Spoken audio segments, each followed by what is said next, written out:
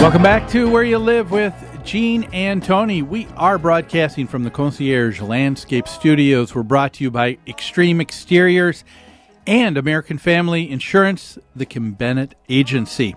We're talking about this first story here. It appears that there is a new rule that is going to go into place, a federal law, I guess. Or a rule. Federal rule that is stating that all public pools, this would be hotels, motels, homeowner associations, public pools, yes, must be required to have at least one lift in order to accommodate handicapped people to be able to get in and out of the water. And if the pool's large enough, also require a grading so that a ramp so that people can get in slowly. Cost of this, of course, would be thousands upon thousands of dollars, I've got to believe, per pool. Well, someone quoted in the article says a permanent lift costs as much as $10,000 to install. Well, now, we dug into this article. It looks like this rule was originally proposed in 2010. The deadline is May 21st, 2012. And right now, in this article, they're not really questioning the reasonableness of the requirement for a lift. They're trying to delay the deadline so that people have a better opportunity to get this done. And as you said, they can't even produce enough lifts in our country to outfit every pool. Yes. By May 21st, it sounds to me like not even by September 17th, which is the proposed delay. So right now, that's what's in question: is can we delay this deadline? Right. Right. That is one question. The other one is, I think we need to ask, and that is, how sound is the new rule? I mean, that was my next question. What do you think? Is it reasonable? Yeah. I think that horse has left the barn, though. The rule's already been enacted, right? Yes. And you brought up a good point, Tony, about, was it maybe 2 years ago now? There was legislation, or not legislation, I shouldn't say that. Yeah, that's right. EPA regulation. Regulation that stated that homes that had lead-based paint had to go through a much more rigorous requirement of how that paint was going to be removed, captured, and taken away. That has escalated the price and cost of just paint for older homes and residential housing all over the place, rental housing, around the country, everything. Yeah. And you brought up a good point. There is there's a regulation that's written, but how apparent is that these government agencies take the time to really disseminate that to the people that it's affecting? Well, in this article about the lift, a general manager of the Windjammer Resort said that hoteliers failed to weigh in on the new rule when it was first proposed in 2010. My question is, no one's notifying us and letting us know when a new rule is being considered affecting our industry. I don't know. Do you get a phone call from the EPA? Did you, about the lead paint issue? No, not at all. It was actually someone in a painting contractor, of course, who brought that up to our attention. That's right. Because it was now going to affect their business. So I'm not surprised to hear that hotel people didn't weigh in. They probably were completely unaware that this was in the works.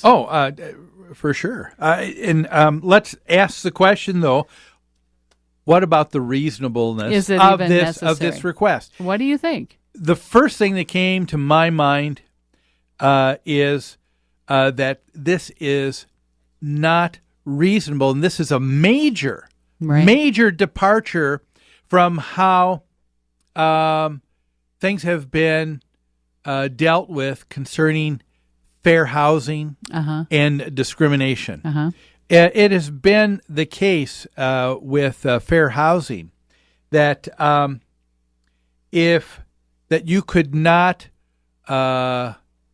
disallow for what would be considered a reasonable accommodation.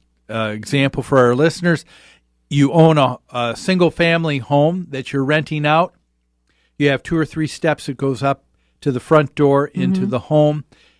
If someone who had a disability came and they said, I want to rent out this house, if they asked for permission to build a ramp at their cost to use, and they checked out like any other renter, had that built and used it, and then had it dismantled and taken away and everything restored back to the original nature when they left, the landlord could not say no. That would be considered a reasonable accommodation. That's right.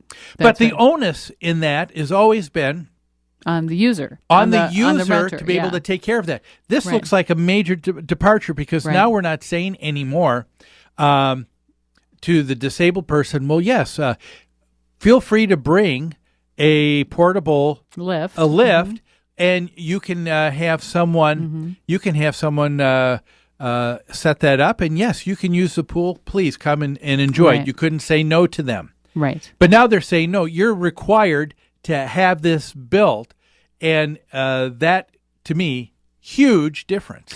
You know, we get into these discussions all the time, Gene. Is it a right to be able to use any pool I feel like using at any time?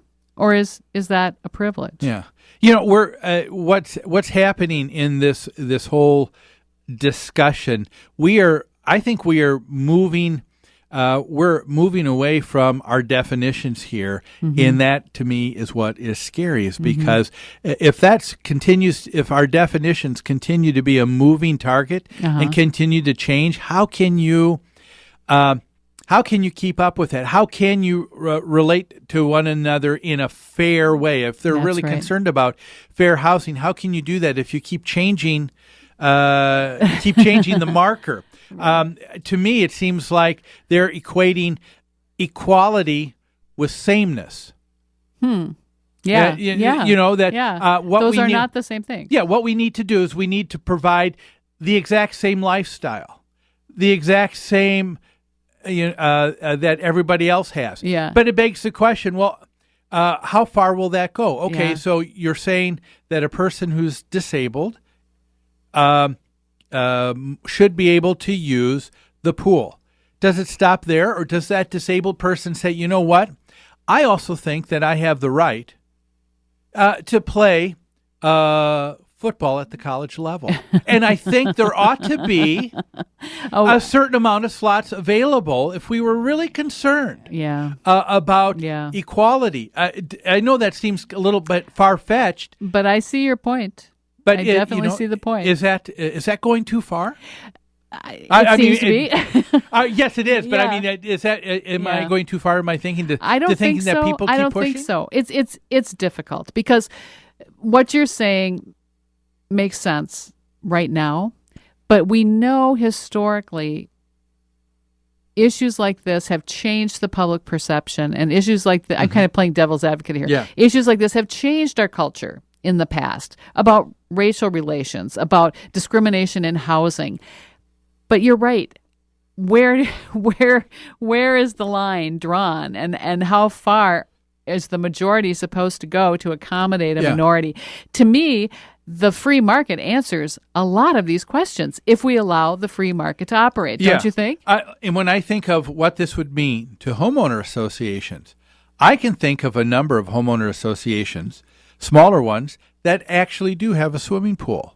But I also know that there's absolutely no one who needs a lift that is in a wheelchair. And so you need to ask yourself, this is a private corporation owning private property together as a group, and none of them need something, but now the ADA is going to could make a requirement that would say that you have to put in a lift. To me, does that seem a little bit absurd to somebody out there? You know, it does to me, Gene. Yeah, I can't for the life of me understand where people are going, or my bigger concern, where people are going next with this.